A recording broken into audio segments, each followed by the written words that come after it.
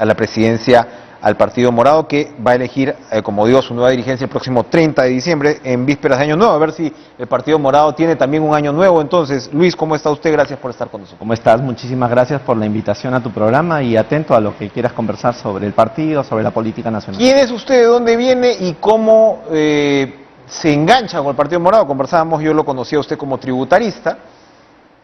¿Por qué decide sumarse al Partido Morado y qué representa el Partido Morado para usted? Mira, cuando empezamos el proceso político del Partido Morado, yo fui llamado para participar en él. Originariamente para apoyar en los temas tributarios, es decir, en los planes que teníamos en aquel momento. Pero luego, enganchado en el proceso, fui uno de los miembros fundadores del partido. Y ¿sabes qué es lo que me motivó más, Enrique?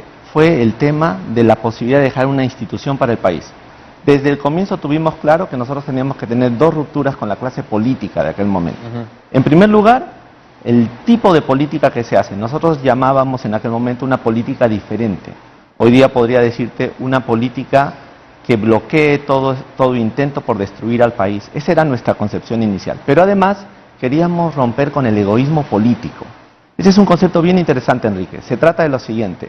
Si tú te das cuenta en la historia del Perú republicano, la mayoría de partidos políticos, desde el civilista, no les sobrevivieron a su fundador. ¿Por qué? Porque normalmente los fundadores de un partido atan la vida del partido a su propia existencia. Organizaciones caudillistas. Exactamente. Entonces nosotros queríamos romper con el egoísmo político. Ese fue el acuerdo inicial y eso es lo que estamos viviendo. Julio Guzmán, como sabes, Julio ya anunció la convocatoria de elecciones para el día 30 de diciembre y él no va a intervenir más, se va a dedicar a trabajar, él va a ser profesor en la Universidad de Yale en los Estados Unidos, y entonces el partido tiene el momento de dar ese salto contra esa vieja política. Sagasti tampoco se va a presentar a no se ningún está cargo de presentando. dirigencia. No lo dijo aquí. Exactamente. Francisco tiene un rol importante en el partido. Su rol importante es de ser un consejero para el proceso político que viene. Porque ¿sabes cuál es nuestro interés, Enrique? Construir una apuesta para el Perú de centro republicano. Ese es el trabajo que tenemos que hacer.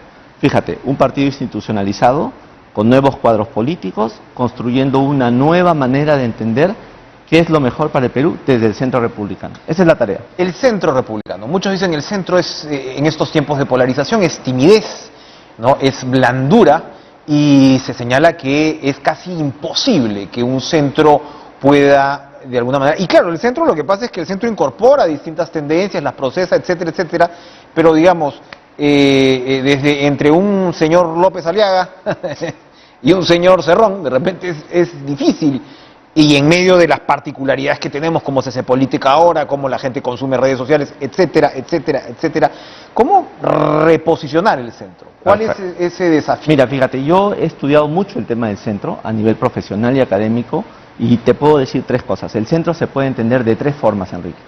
Hay gente que entiende el centro como la equidistancia.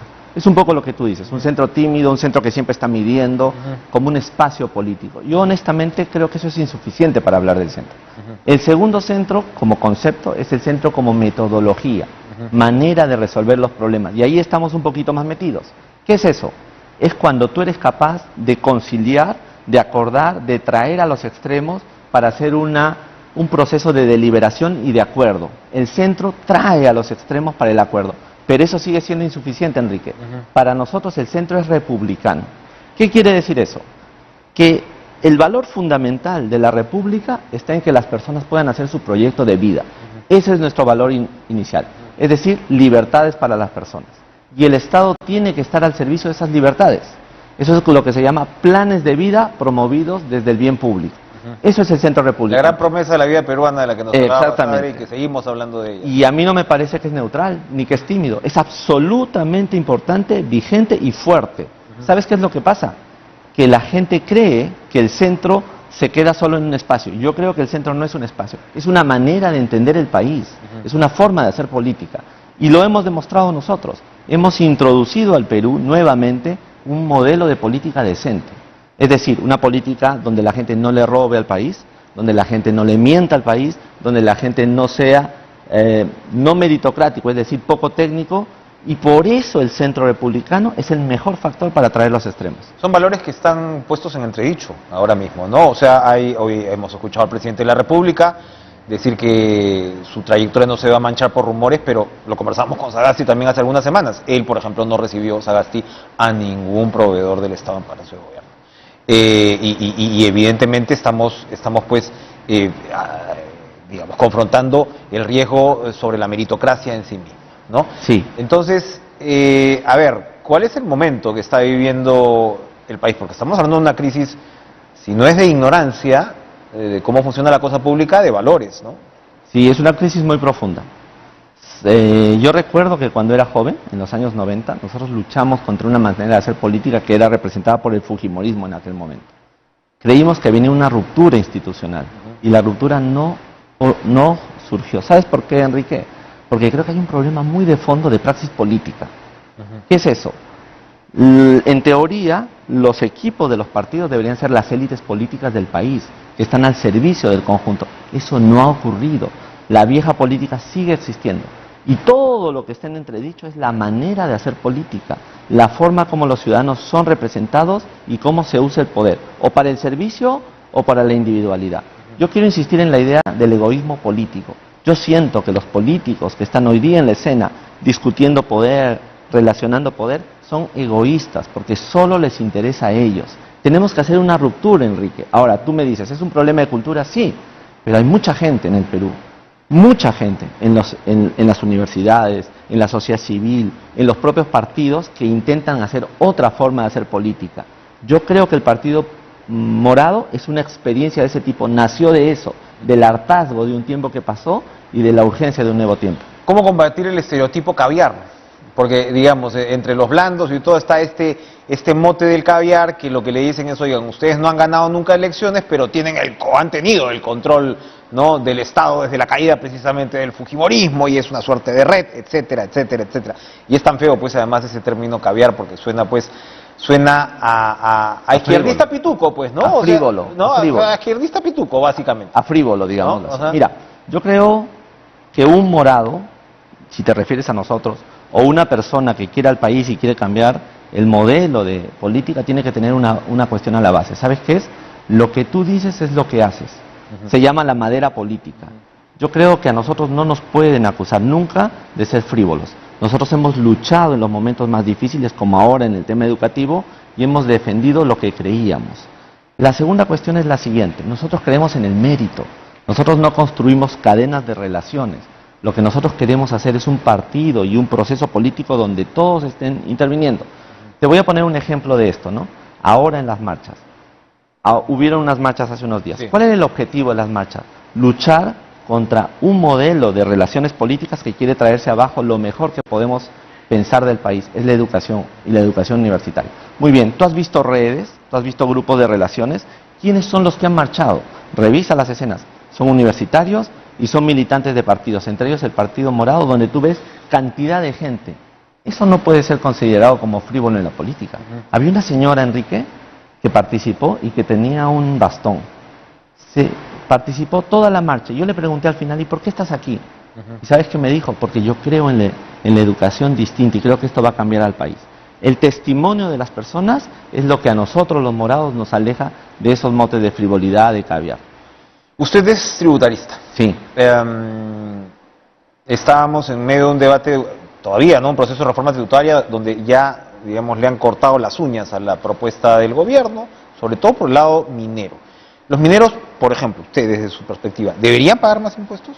Sí, mira, quiero poner un punto anterior. El punto es este. En mi opinión personal, la minería es una experiencia donde tú tienes que garantizar derechos y libertades a los mineros, entre ellas tributarias.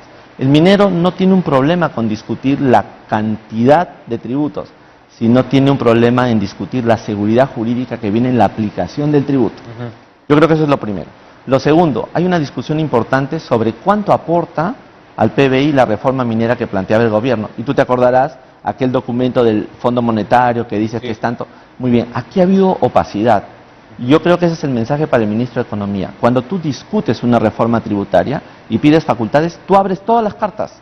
Claro. Y lo planteas en la Se sociedad. lo preguntamos a Franque, al ministro Franque, ¿Qué te contestó? y respondió que, eso fue una pregunta fuera de cámara en realidad, pero la respuesta fue que el Fondo Monetario le decía, ojo, esto solo se puede hacer público, la letra pequeña, ¿no? Claro, estás hablando de que la conclusión se supone que es la carga tributaria de 41.7%, no es poca cosa, los mineros dicen que es hasta 47%, ¿no? Entonces, hay una discusión sobre el... Exacto, pero entonces, que claro, que el Estado tenía que pedírselo. Bueno, siguiendo su línea, el Estado debería pedírselo, o el gobierno debería pedírselo, ¿no? Para poder tener esa discusión completa. ¿Tú te imaginas una discusión técnica sobre el tema tributario minero distribuido en lenguaje para todos los ciudadanos? ¿Cuánto ganamos? Claro. Porque al final, Enrique, la cuestión de fondo es esta, se llama ciudadanía tributaria. ¿Qué significa eso? Que los ciudadanos tenemos que saber que el tributo que pagamos es gasto público. Por lo tanto, si tú pagas tributos, tiene que haber gasto. Yo te pregunto, ¿el gasto público en el Perú es eficiente? Y la respuesta es no. ¿Por qué? Porque están improvisando. Todo el tiempo están improvisando con nuestro dinero, Enrique. Para terminar, Luis, antes se ha visto procesos cargaditos internos en el Partido Morado, la señora Lizárraga tiró un portazo ahí, ¿no? Estaba el señor Gamio, también el ex viceministro, ¿no? Contra Guzmán, etcétera, etcétera. ¿Usted contra quién compite? Y nos puede garantizar que no se va a repetir la historia. Sí, para empezar, empiezo por lo segundo. Las historias nunca se repiten. Nosotros estamos viviendo una fiesta democrática. ¿Qué significa eso? Que nosotros estamos conversando los dos candidatos con los militantes, con todo el mundo a través de Zoom, en Internet, etcétera. Queremos vivirlo así. ¿Sabes por qué, Enrique? Porque hemos aprendido de una cuestión fundamental. Cuando tú estás en elecciones internas dentro de un partido, nada te tiene que dividir, todo te tiene que unir. ¿Sabes por qué? Porque el proyecto es más grande que tus propios intereses individuales. Están compitiendo dos listas. La otra lista está dirigida o está candidateando una morada que se llama Naresca Kulki, también fue candidata junto conmigo, y ella tiene un equipo y nosotros tenemos otro equipo, y la discusión tiene que ser, y creo que siempre tiene que ser así, sobre propuestas y sobre trayectorias. No vamos a tener problemas, yo espero que ninguna. El 30 vamos a resolver la elección y el 2 de enero todos juntos vamos a empezar a plantear esto que te digo. El camino y la oportunidad, Enrique, para demostrarle al país que nosotros no somos egoístas políticos como el resto de partidos. ¿Cuántos militantes tiene el partido? Tenemos 22.000 y tenemos que llegar a 25.000. En el último 6 meses hemos agregado más de 1.500 militantes. Y bueno, tenemos una historia con el ROP, porque tú sabes que el jefe del ROP nos ha bloqueado a los militantes y el día que estábamos apelando, el día del informe, liberó y estamos en pleno proceso. O sea, hay continuidad en el partido, hay gente que le interesa. ¿Cómo se va a votar? Se va a votar en una asamblea que le llamamos Cumbre Morada, está representado por 45 militantes que son los miembros del comité ejecutivo, los personeros legales, los miembros de la OE. Hemos hecho ese proceso que viene del estatuto original y luego en el futuro vamos a transitar hacia una nueva manera de votar. La nueva manera de votar será un militante, un voto. Pero no hemos llegado a eso porque estamos bloqueados, porque nos pararon el padrón, porque no pudimos... Estamos todavía en una modalidad de delegados. Más o menos, es una modalidad de delegados. Bien, Luis Durán, gracias por estar con nosotros. Te pido un segundo. Sí. Mira, yo quiero pedirle a los militantes morados que sean felices durante estas elecciones, que la campaña sea una fiesta democrática, pero quiero pedir además a los ciudadanos peruanos que creen en el centro republicano, que creen que hay otra forma de hacer, que vengan al Partido Morado, que se inscriban, que van a ser bien recibidos. Creo que el centro republicano tiene que llenar este proceso y espero que el país salga para bien.